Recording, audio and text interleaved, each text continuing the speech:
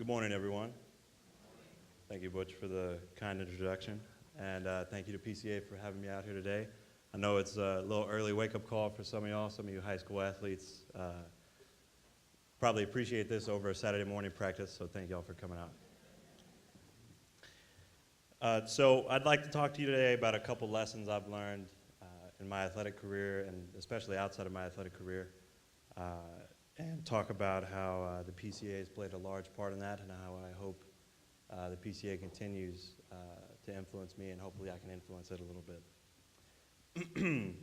So January 2014, right after my junior season, so we're getting ready to rev things up for senior year, and you know, most people are excited to have a glory year, right? Senior year is you're sort of you're king of the hill, so to speak, in high school, and most people would want it to be easy, want it to be a cakewalk, and to be honest, that's what I wanted as well. I didn't really want to have to suffer or pay any more dues. You know, as an underclassman, you kind of you're always behind the seniors, right?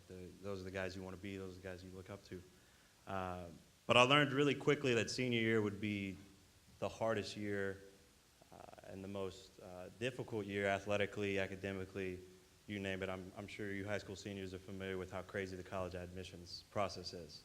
So I learned very quickly that would be a tall task. So anyway, January, had a conversation with my coach, another teammate of mine that I'd played with since junior high.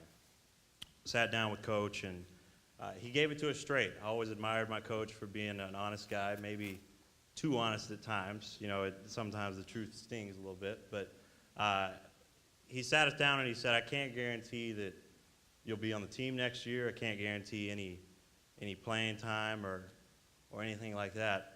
I especially can't guarantee that we'll win, right? But my teammate Jake and I looked at each other, and we decided that we'd stick with it because we knew that we had a place on that team. And so sure enough, a year later, he was a starter for the whole season, got some all-district honors, and as you heard from Butch, I went on to be the MVP, which is, you know, that was something I didn't think was possible. It was something that, you know, looking back, it's kind of crazy, right? Big surprise for me. It wasn't a surprise to some people, which, you know, obviously that's the power of other people believing in you when you don't believe in yourself. But moving on, coming out of that really was the epitome of my athletic experience up to that point. You know, as a kid, I was not gifted with the ability of public speaking or even just speaking in general. I didn't really talk until I was 3 or 4. So I really had a difficult time coming out of my shell, and sports early on, you know, t-ball from that very young age is a way to get you out and about. It's a way to get you active, and definitely with basketball, to this day, I'm not the most physical guy, right? I don't really like it when people exert force on me. I'm not a big fan of confrontation. But in high school, you know, playing 6A basketball in Texas, there's a lot of contact down low, especially as a center.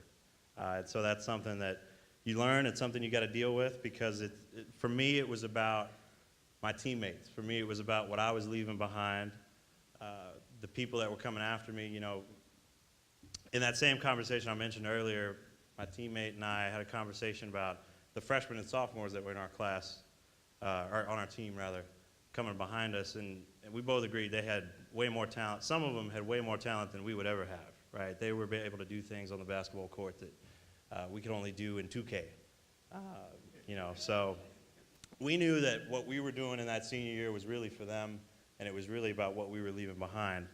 And I think to finish with that high school experience, looking back, being removed for 2 years now from high school, the things I remember the most, I mean, you remember winning and losing and overall records and going to the playoffs. Those things are exciting, and those are things to be proud of. But the things I hold on to the most are my teammates, right? My coaches, the people, and the experiences that we had off the court. One in particular, it was during the season, right? So we took time out of a Saturday to go down to Texas Children's Hospital, and we actually visited with a whole floor's worth of patients that were there, big, small, different levels of issues and battles they were facing, right? But one visit in particular, there was a boy from Cypress, Texas, which is a suburb right outside of town where I grew up.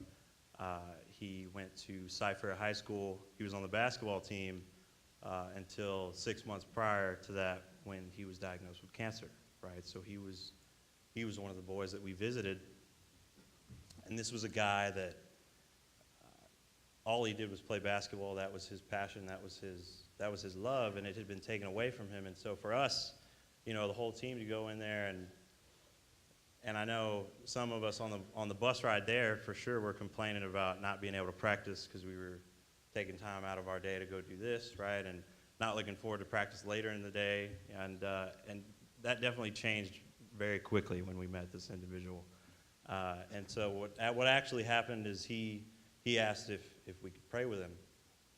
And so sure enough, we did. You know, our coach was all over it, and he got us in a circle, and we joined hands, and he asked me to do the prayer.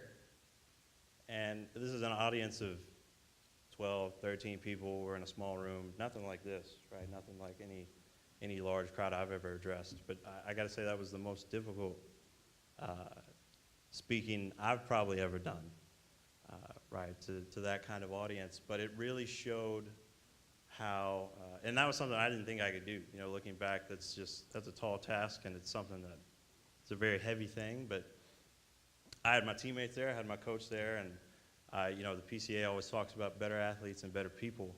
And that was definitely one of the moments where those two went hand in hand. You know, we were athletes first on that day, but we were helping this young gentleman, and the rest of us reminding each other that it's more important to be a better person.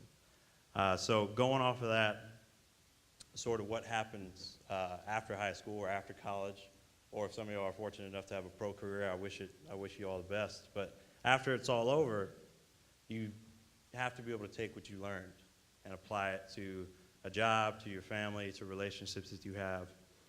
And so for me, I think the biggest thing is knowing your role, right? Like I mentioned earlier, my teammate and I, we knew that we were around for the other guys. We weren't around to score points for us. We weren't around to get accolades for us. We were there for the guys that were coming after us. And so with that in mind, especially lately as an intern, whether it's I was with the Rockets, right, I'm back again for my second season with them, or working at the Final Four, I've got a Super Bowl opportunity coming up. Those are all really, they sound like really cool opportunities, and they're exciting. But for the most part, you're the bottom of the food chain, right? You're the guy paying your dues. You're there to be seen and not heard, right? And so it really, that sort of lesson, taking that from high school is just really important, because it's really easy to get discouraged coming out of being a senior in high school, being like I said, the king of the hill, and then having to do the grunt work. But you take what you learn, and you see that the grunt work is vital too. You see that there's purpose in it, and you see that if that's a place where you can add value, then maybe that's something you can do. And personally, I don't know what I want to do with my life. I don't know what my pipeline is to a career or to success down the road, but I know that based on the things that the PCA encourages and the things that I've learned personally, these are universal things to apply. So looking for a place to add value, making sure that those that are coming before you and those that you're with now are just as prepared as you are, and encouraging those good values in everyone that you encounter. So to wrap up, I want to thank the PCA again, the board, and all the chief sponsors for awarding me the scholarship a couple of years ago. It's gotten me to where I am today. And lastly, I saw that some of y'all are looking into computer science and a lot of very interesting majors, and I encourage you to apply to Rice University. And lastly, I want to ask that everyone takes a look at their table. There are donation cards there in the center. And I ask that if you feel inspired, if you feel so inclined to donate, that would be much appreciated. We'll actually have people going around here in a minute. If you want to fill out that card and hold it up, we'll collect it from you. And just know that it's going to a very, very good cause, a very needed cause. So thank you very much, and God bless.